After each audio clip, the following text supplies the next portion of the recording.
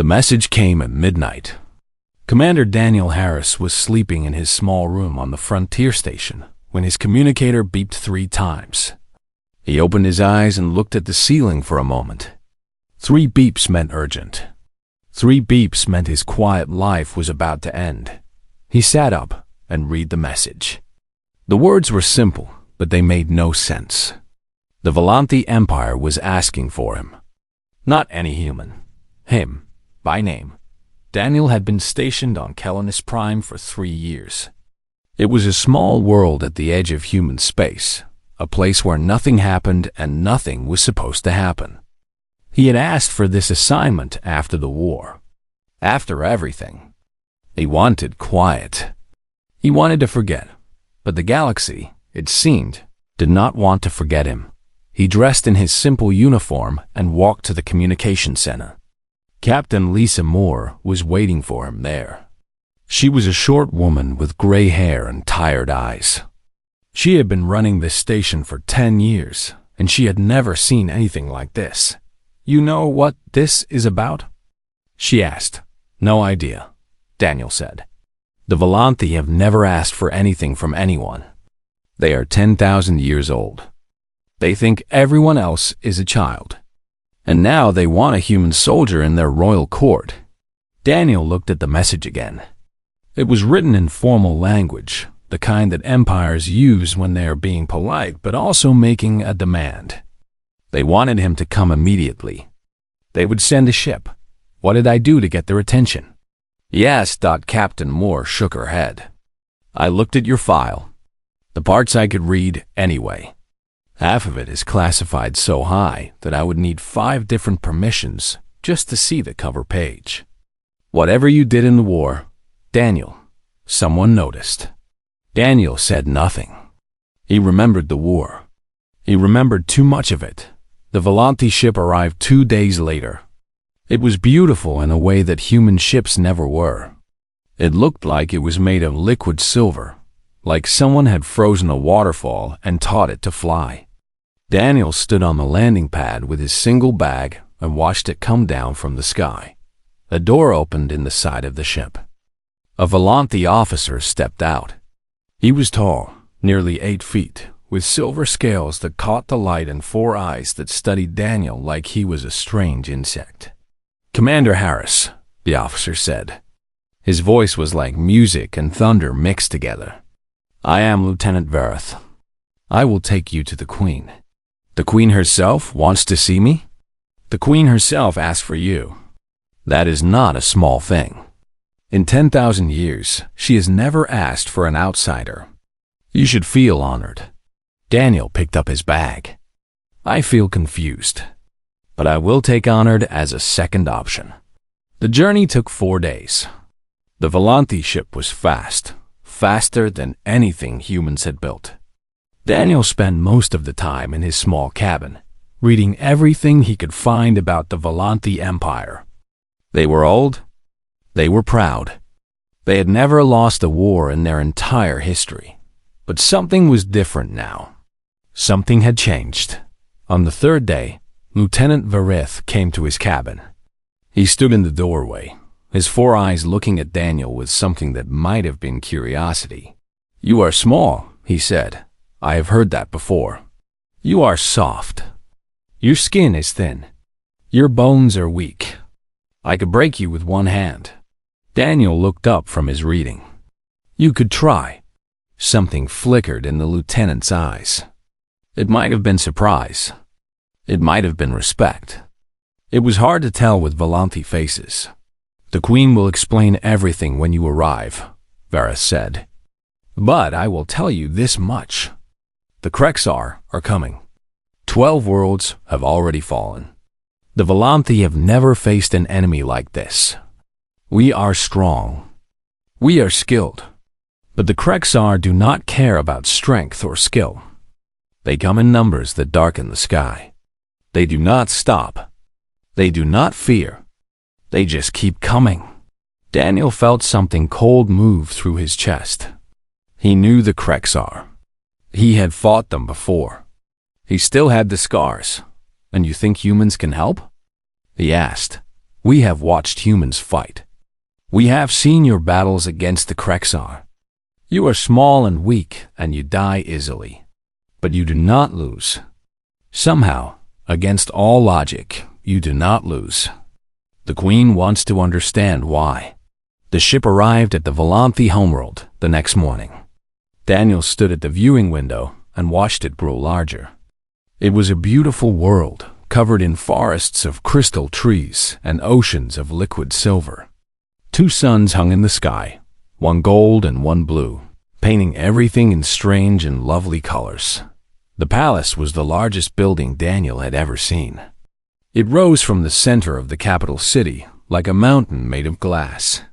Light moved through it constantly, creating patterns that seemed almost alive. Lieutenant Verith led him through halls that went on forever.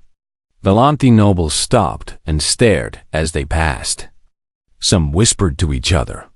Some simply watched with their 4 eyes, trying to understand what this small, soft creature was doing in their perfect world. Finally, they reached the throne room. The doors were 3 stories tall and made of something that looked like frozen starlight. They opened without a sound. Queen Saraveth sat on a throne at the far end of the room. She was the tallest Volanthi Daniel had seen, nearly 9 feet, with scales that shimmered between silver and gold. Her 4 eyes fixed on him as he walked forward, and he felt like she was seeing everything. Every scar, every memory, every nightmare he had tried to forget. He stopped at the proper distance and bowed his head slightly. Not too much. Humans did not kneel to anyone. "Commander Daniel Harris," the Queen said. A voice filled the room like water filling a glass. "You are smaller than I expected." "Most people say that, Your Majesty," Daniel replied, right before they stopped expecting anything at all. A ripple went through the nobles around the room. No one spoke to the Queen like that. No one dared. But Queen Saraveth did something unexpected. She smiled. "Good," she said. "I did not ask for a diplomat. I asked for a soldier. The Krexar horde approaches our borders. 12 worlds have already fallen to their swarm. We have fought them, and we have lost. Again and again, we have lost. But we have seen your species fight these monsters. We have seen you win." She leaned forward on her throne, her 4 eyes burning with something that might have been hope. "Tell me, Commander Harris, how do creatures so fragile defeat enemies that have broken empires older than your entire civilization? What is the secret that humans carry in their soft and breakable bodies?" Daniel looked at the Queen for a long moment. He thought about the war. He thought about the friends he had buried. He thought about the nights he still woke up screaming. "There is no secret, Your Majesty," he said. "Humans are simply too stubborn to die when the universe tells us to. We have been fighting since before we could walk upright. We fight the cold. We fight the dark. We fight each other. And when something comes from outside that threatens us, we stop fighting each other, and we fight that instead. The Krexar think they know what war is. They do not. They have never met a species that was born in war and raised in war and loves war even when we hate it." The throne room was silent.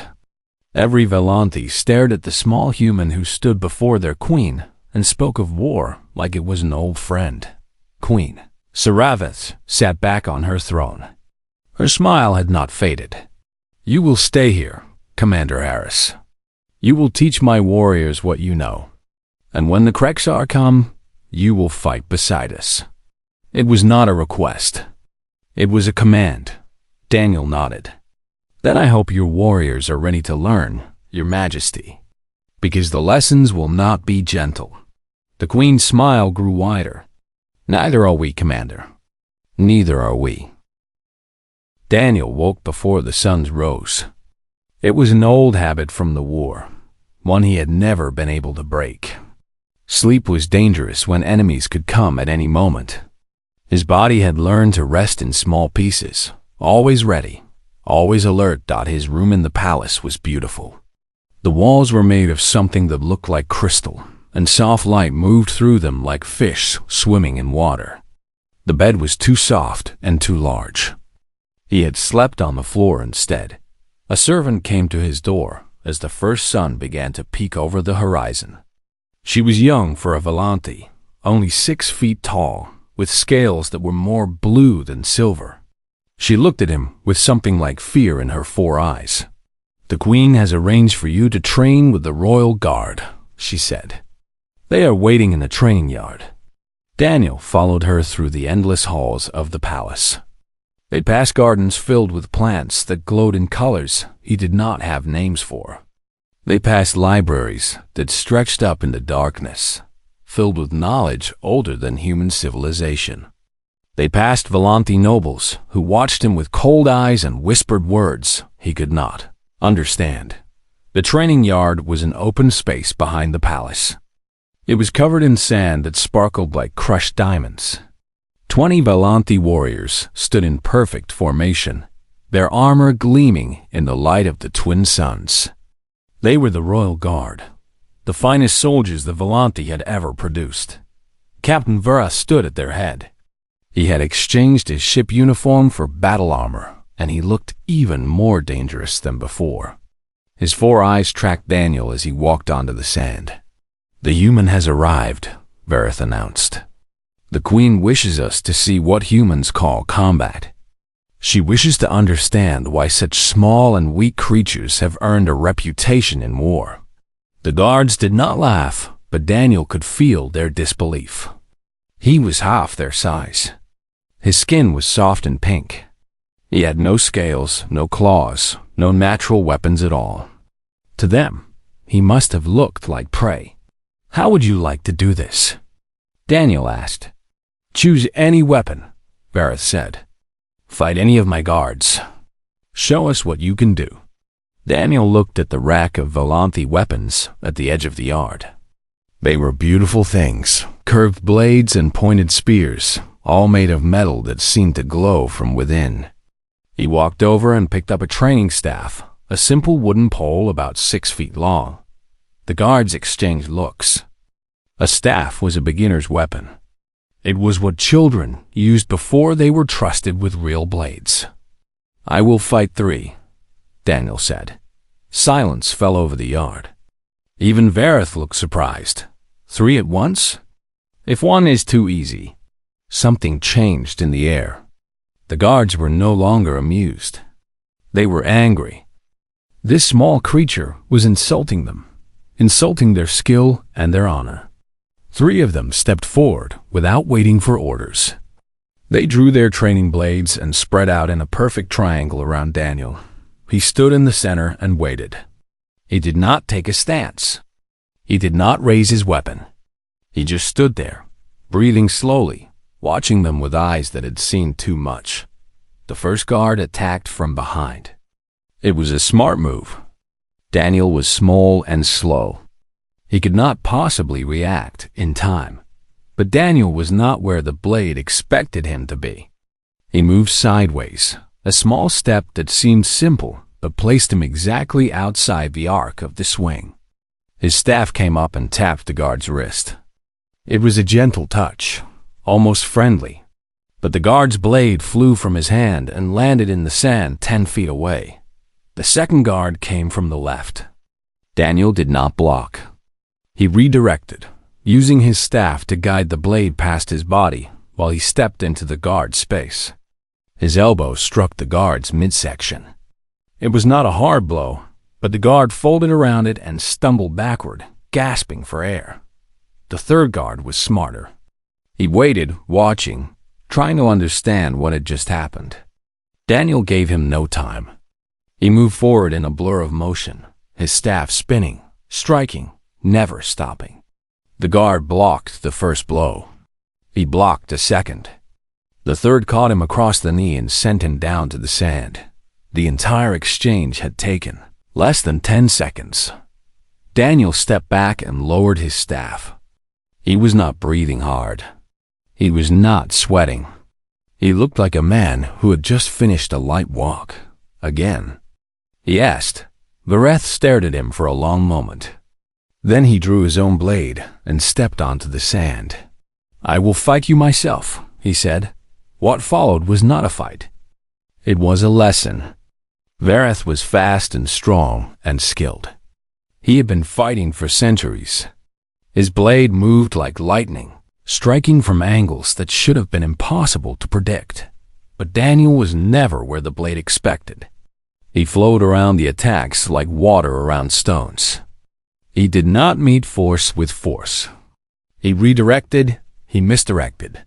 He found the gaps in Vareth's perfect technique and slipped through them like smoke through fingers. The captain's frustration grew with each missed strike. He was doing everything right.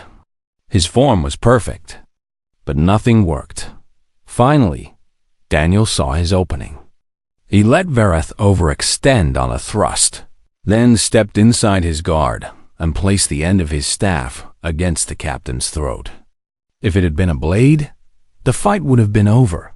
"You fight with honor," Daniel said quietly, so only Vareth could hear. "You fight with skill and form and everything your teachers taught you. But you fight to win. I fight to survive. That is the difference."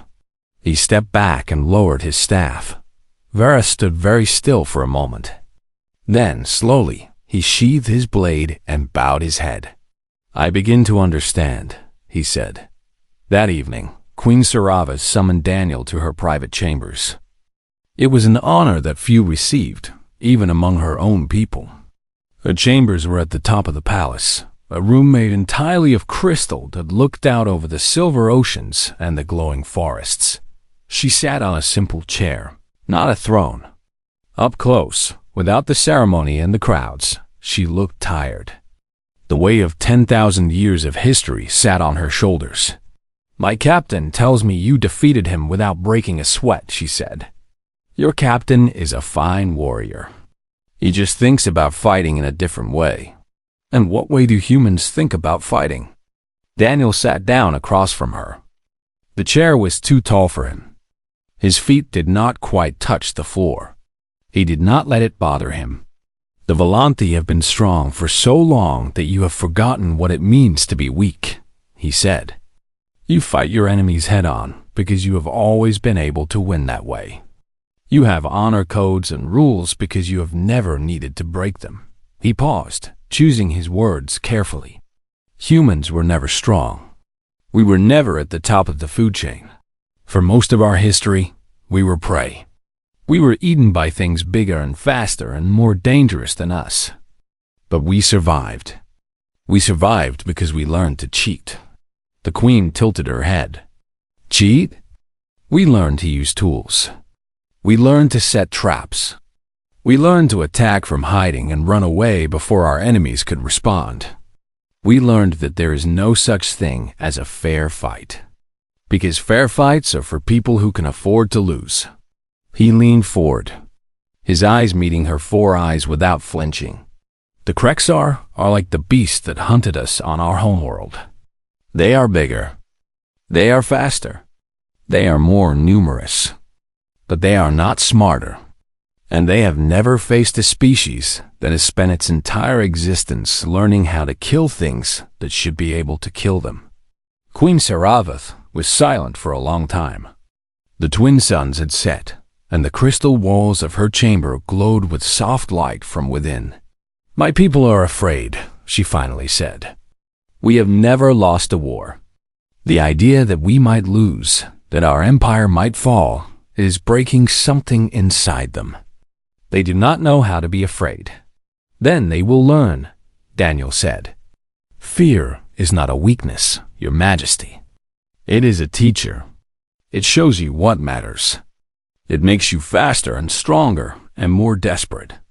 Every human soldier knows fear.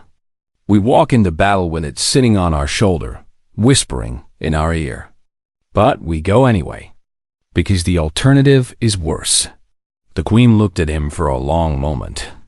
Then she smiled, a small sad smile that made her look almost human. "Stay with me, Commander Harris.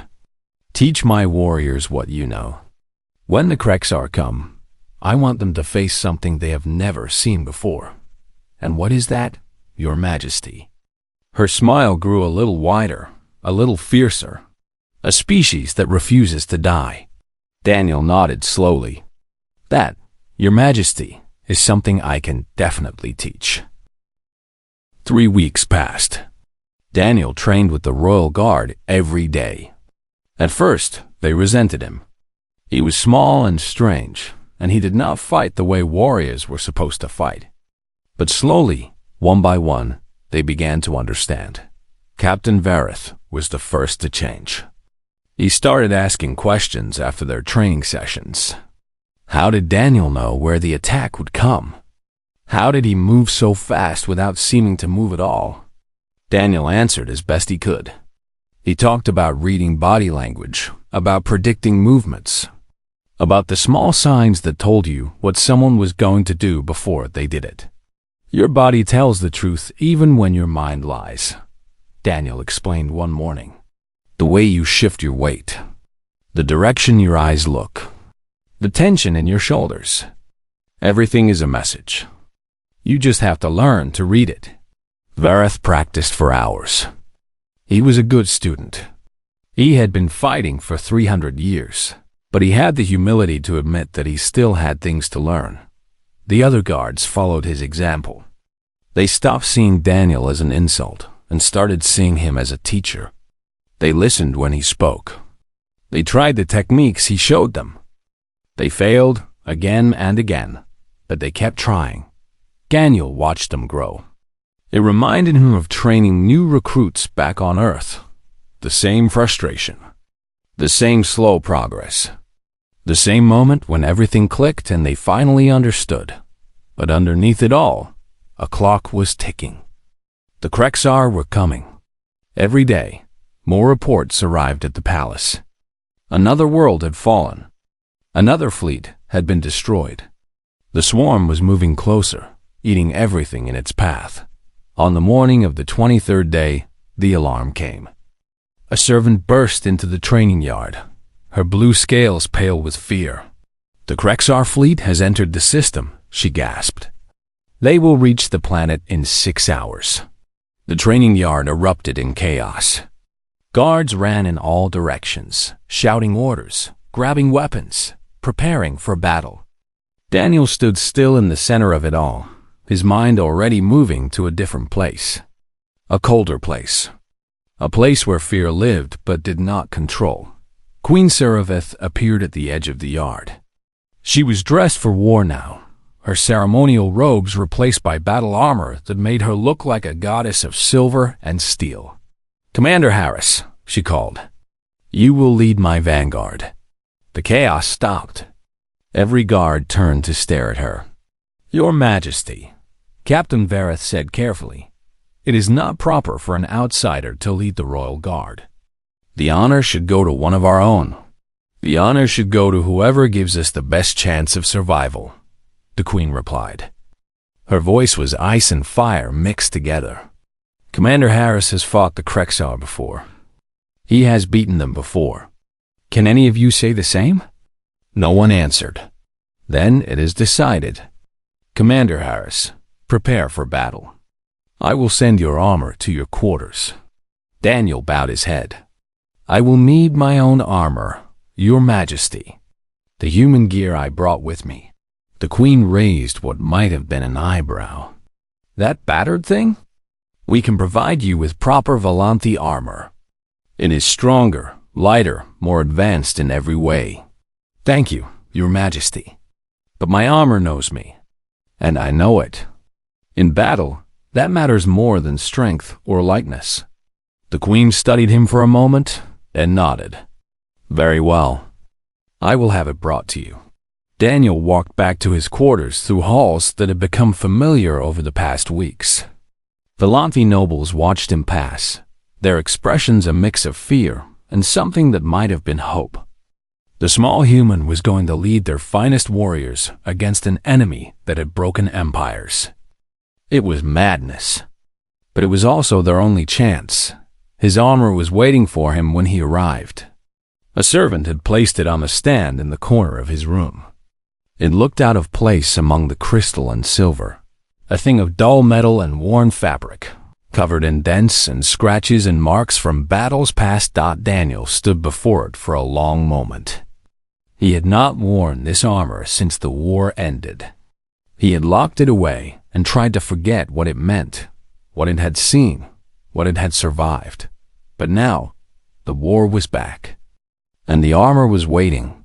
He began to undress. He removed his Volante clothing piece by piece, folding each item neatly and placing it on the bed. Then he reached for the first piece of his armor, the underlayer that would seal wounds and keep him alive when everything else failed. He did not hear the door open. He did not know the Queen was there until she spoke. "I wanted to see the human ritual of preparation," she said. "I hope I am not intruding." Daniel glanced over his shoulder. She stood in the doorway, tall and silver and terrible in her battle dress. He turned back to his armor. "You are not intruding, Your Majesty. There is no ritual.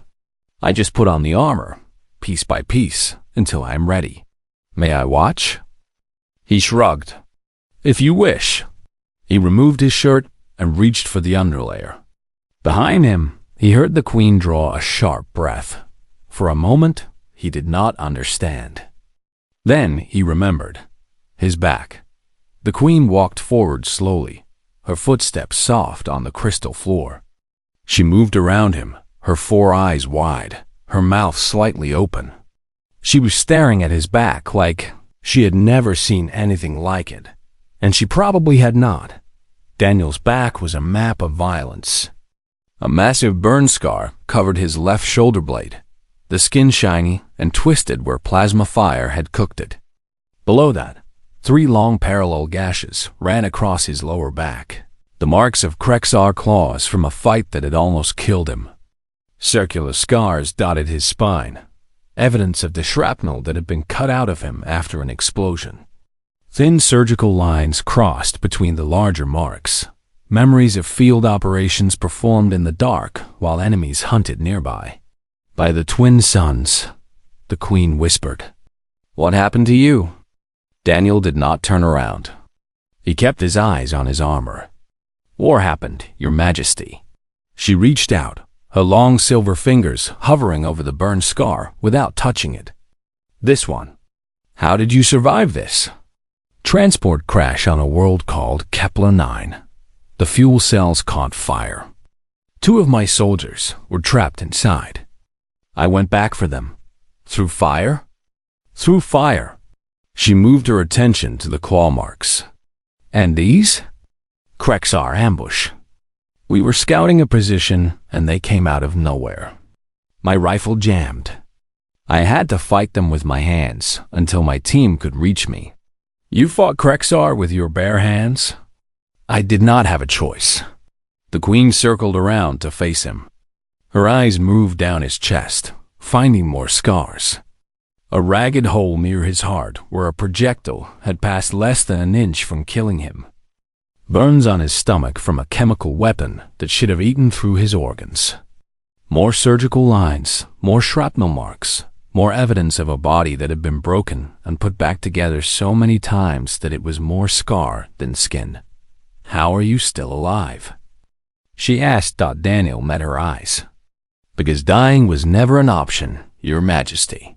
She shook her head slowly. "The Volante healed completely.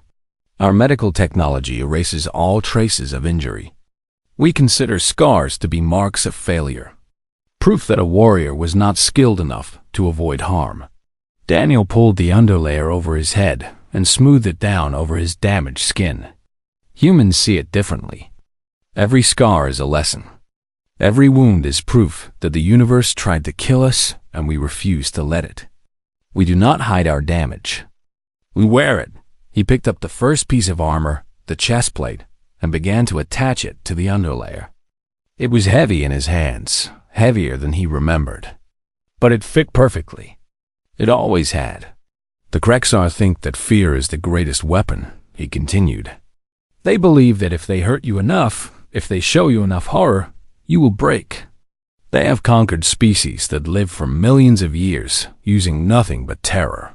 He attached the shoulder pieces, the arm guards, the plates that protected his sides. Each one clicked into place with a familiar sound. But humans have always known terror. We grew up with it. We evolved on a world where everything was trying to kill us. We were afraid of the dark because things lived in the dark that wanted to eat us. We were afraid of the cold because the cold could kill us in hours. We were afraid of each other because we were the most dangerous thing on our entire planet. He turned to face the Queen, his armor almost complete. Only the helmet remained.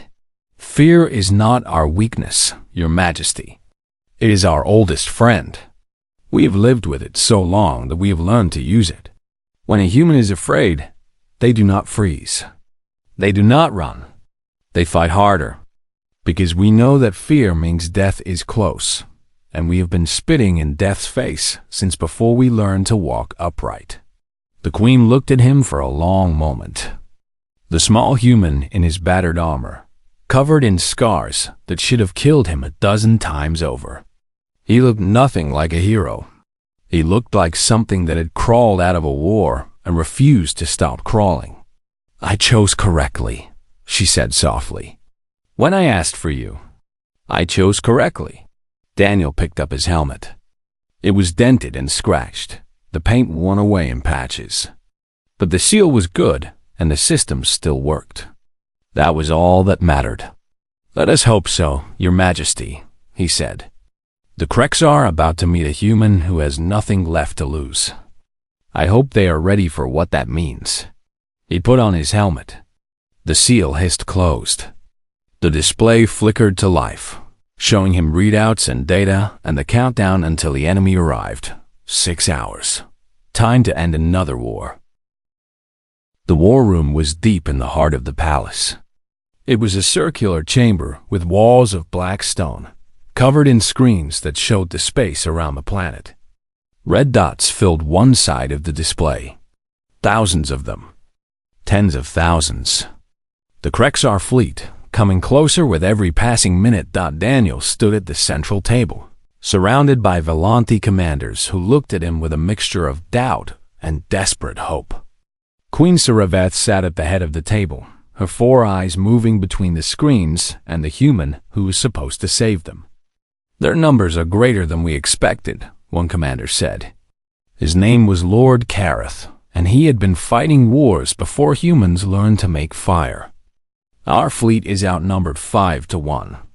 Our ground forces are outnumbered 10 to 1. The mathematics of this battle do not favor us.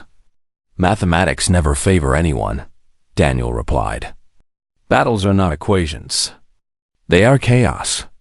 And in chaos, the side that adapts fastest wins. Pretty words, Kareth said. But words do not stop Krexar blades. Daniel turned to face the old commander. You are right. Words do not stop blades. But fear does. And the Krexar are going to learn what fear really means. He tapped the table, bringing up a map of the capital city.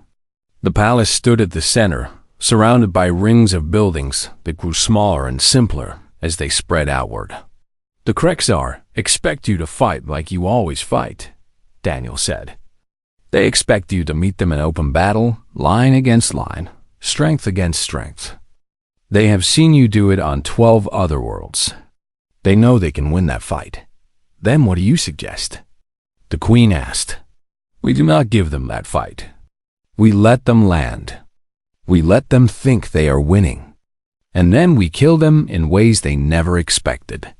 The commanders exchanged looks. This was not how Volanti fought. This was not honorable. This was not proper. You want us to hide? Kareth asked. His voice was thick with disgust. I want us to survive, Daniel said. Honor is a luxury for people who can afford to lose. Right now, we cannot afford to lose. So we fight dirty. We fight mean. We fight like humans. He began to outline his plan. It was not elegant. It was not beautiful. It was a plan born from desperation and forged in the fires of 100 human defeats that had somehow turned into victories. The Volanti fleet would engage the Krexar in space. but not to win. They would fight a retreating action, drawing the enemy deeper into the system, making them think the battle was already over. Meanwhile, the real defenses would be waiting on the ground. Every building becomes a trap, Daniel explained. Every street becomes a killing zone. We do not hold ground. We give it up, piece by piece, and we make them pay for every inch with blood. The Krexar are used to breaking enemies quickly. They do not know how to fight a war that goes on forever. And if they simply bomb the city from orbit? One commander asked. They will not. They want the planet intact. They want the resources and the people. A dead world is worthless to them. The planning continued for hours. Daniel worked with the commanders, adjusting details, explaining tactics, answering questions. Some of them began to understand. Some of them still thought he was insane. But they all listened because they had no other choice. When the meeting ended, the Queen asked Daniel to walk with her. They left the war room and climbed a long stairway to the top of the palace, where a balcony looked out over the Silver City. The twin suns were setting, painting the sky in shades of gold and purple. It was beautiful in a way that hurt to look at. In a few hours, this view might be gone forever. You carry a great weight, the Queen said. I can see it in your eyes. The things you have seen. The things you have done. Daniel leaned against the railing and looked out at the city. Every soldier carries weight. It is the price we pay for survival. Tell me about your world. About Earth. I want to understand where you come from. He was silent for a moment, gathering his thoughts. Earth is a beautiful world.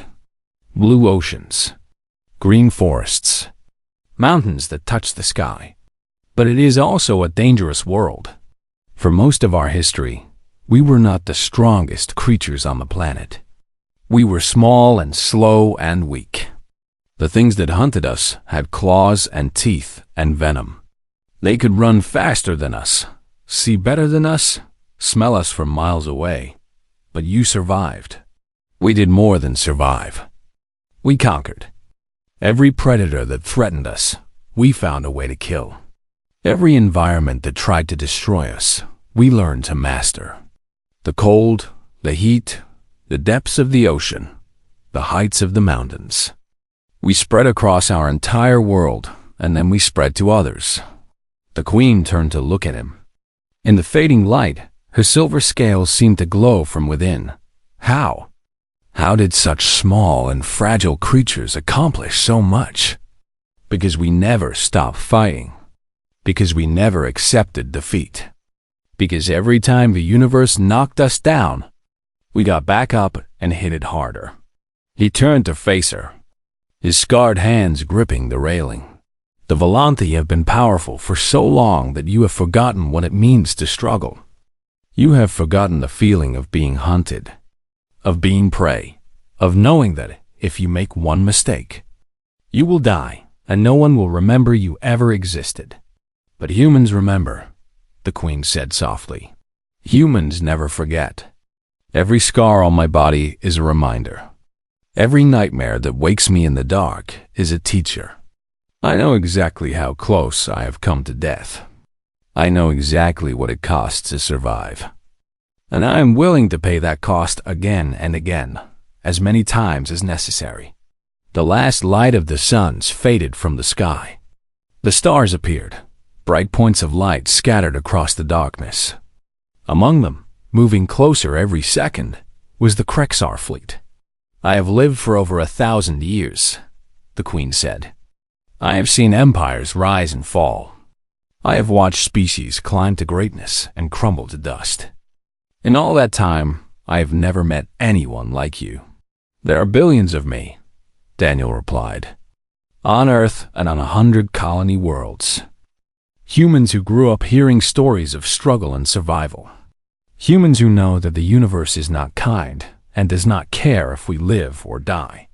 We fight because fighting is all we have ever known. We survive because survival is written in our bones. The Queen reached out and touched his arm, a gesture that would have shocked her nobles if they had seen it.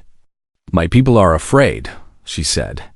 They have never tasted true fear before. They do not know what to do with it. Then show them.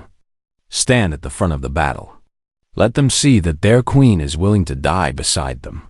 Fear is contagious, your majesty, but so is courage. If you do not run, they will not run. If you keep fighting, they will keep fighting. Even if we lose? Even then. Because defeat is not the worst thing that can happen. The worst thing is giving up. The worst thing is stopping. As long as you keep fighting, there's always a chance. The moment you stop, that chance dies forever. The queen looked out at the stars, at the enemy that was coming to destroy everything she had built over 1,000 years of rule.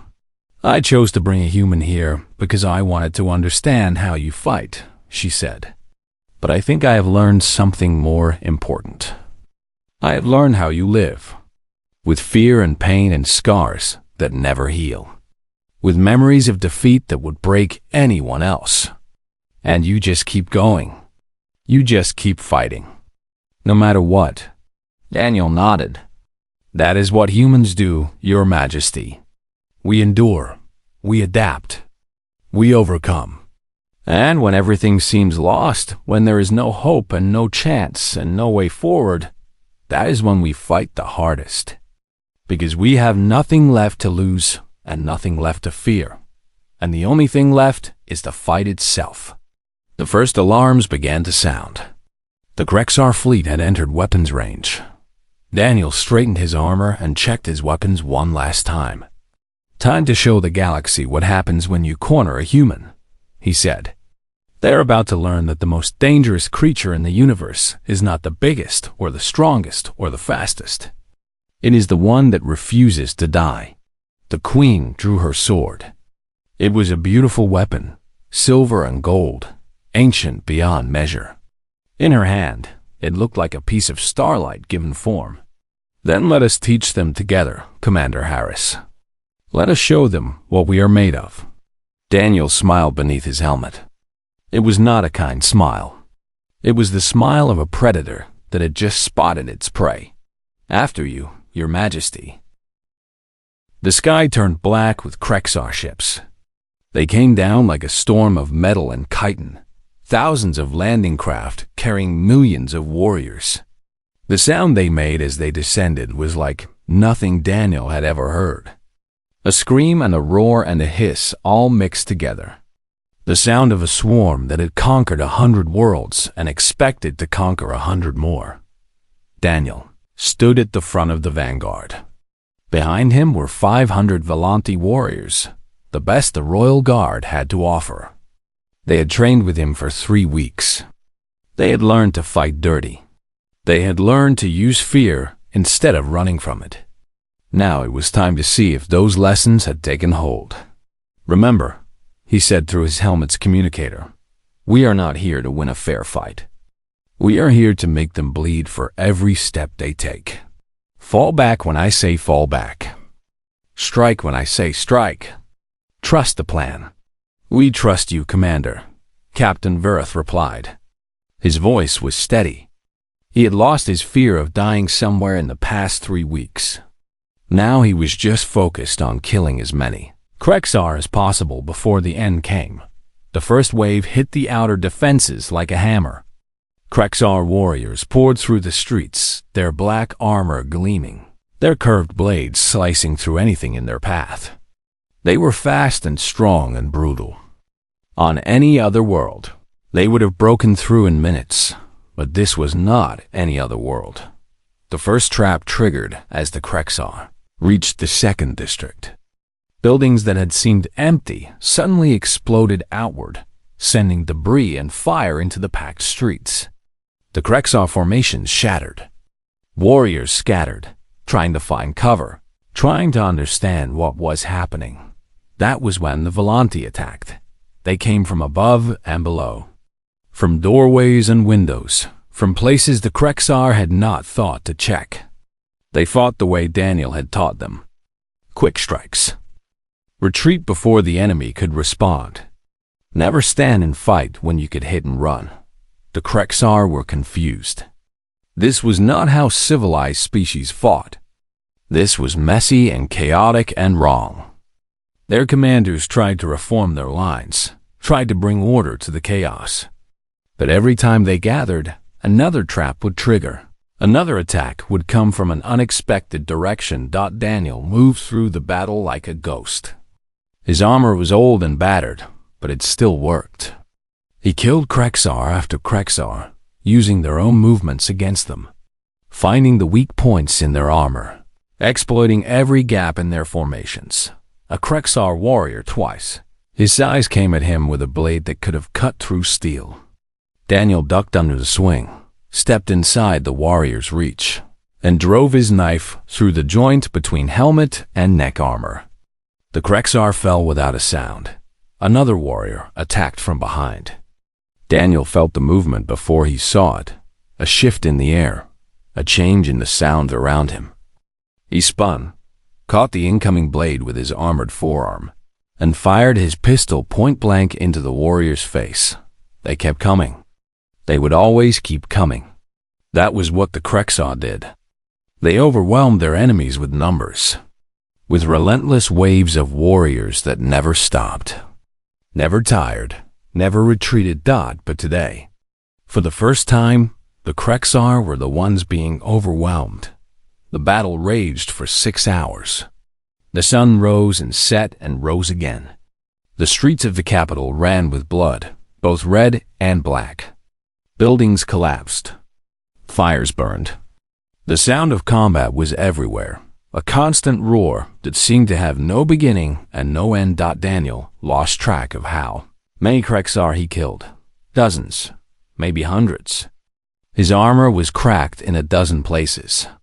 Blood seeped from wounds he did not remember receiving. But he kept fighting. He always kept fighting. At some point during the night, reinforcements arrived. Not Velanthi, human. 300 soldiers from the Terran Defense Force, sent in response to the Queen's call for help.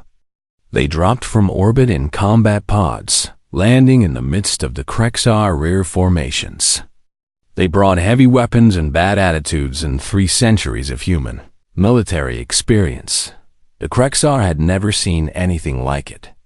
These soft pink creatures, these fragile little beings, they fought like demons. They did not care about honor or glory or fair combat. They just killed and killed and kept killing until there was nothing left to kill. By dawn of the second day, the Krexar were in retreat. Their fleet, battered by the Velanthi Navy and harassed by human fighters, began to pull back from the system. Their ground forces, decimated by traps and ambushes and the relentless fury of human soldiers, fled to their landing craft and escaped into the sky. The Battle of Kelenus Prime was over. Daniel sat in the ruins of what had once been a marketplace. His armor was smoking. His body was broken. New wounds had opened across his arms and chest and face. New scars forming to join all the others. But he was alive. Again, Queen Serevith found him there an hour later. She walked through the rubble alone, her silver armor scorched and dented. She had fought on the front lines with her soldiers, just as Daniel had told her to. She had seen death and dealt it. She understood now what it meant to be human. "You should see a healer," she said, sitting down beside him in the ruins. "Later, there is still work to do. The Krexar are fleeing. The battle is won. Battles are never truly won. They just pause for a while." The Queen looked up at the sky, where human and Velanthi ships flew together, hunting the retreating enemy. The alliance that had seemed so strange just weeks ago now looked like the most natural thing in the universe. "I understand now," she said quietly, "why the galaxy fears humanity. And why is that, Your Majesty?" She turned to look at him, at his battered armor and bleeding wounds, at the man who should have died 1,000 times but kept refusing. "Because you are not a species that fights to win. You are a species that fights to never stop fighting. There is no final victory against you. There is no way to break your spirit. You just keep coming, generation after generation, wearing down your enemies until they are too exhausted to continue. And against that kind of enemy, there is no victory, only exhaustion. Daniel smiled, though it hurt. Humanity has a saying, Your Majesty. It is not the size of the dog in the fight. It is the size of the fight in the dog. The Queen considered this for a moment. Your species has very strange sayings. We have very strange everything. It is what makes us useful. They sat in silence for a while, watching the suns rise over the broken city. It would take years to rebuild. Decades, maybe, but it would be rebuilt. The Volanthi would survive, and they would never forget what had happened here. 3 months later, the treaty was signed. They called it the Compact of Scars, named in honor of the human commander who had shown an ancient civilization that damage was not defeat, and that the will to survive was the greatest weapon in the universe. Daniel was appointed the first human ambassador to the Volanthi court. He moved into a suite of rooms at the palace, a place of crystal and light that seemed too beautiful for someone like him. But the Queen insisted. You earned it, she said. You and every scar on your body. He never did get those scars healed. The Volanthi had the technology to erase them completely, to make his skin smooth and new again. But Daniel refused. They are still teaching me things, he explained to the Queen one evening, as they watched the twin suns set over the silver ocean. Every morning, I look at them and I remember. I remember the friends I lost. I remember the mistakes I made. I remember how close I came to giving up. And then I remember that I did not. That is worth more than smooth skin. The Queen nodded slowly. I think I understand. Volanthi do not keep such memories. We heal and we forget. Perhaps that is why we almost lost. Perhaps. Or perhaps you just needed a reminder that the universe is not a kind place. That survival is not guaranteed. That every day you wake up alive is a victory that someone else paid for. He turned to look at her, this ancient being who had ruled an empire for 1,000 years. In her 4 eyes, he saw something new. Something that had not been there before. Respect. Understanding. And maybe, just maybe, friendship. The Krexar will come back, he said. They always come back. I know. But next time, we will be ready. We will fight the way you taught us. Dirty and desperate and without mercy. We will make them pay for every world they try to take. Good. That is all I ever wanted. To teach you that losing is not the end. That you can be knocked down 100 times and still get back up. That is what humans do. It is what we have always done. And now you know the secret. The Queen smiled. It was a rare expression for her, but Daniel had learned to recognize it. What secret is that, Commander Harris? That the most powerful force in the universe is not strength or numbers or technology.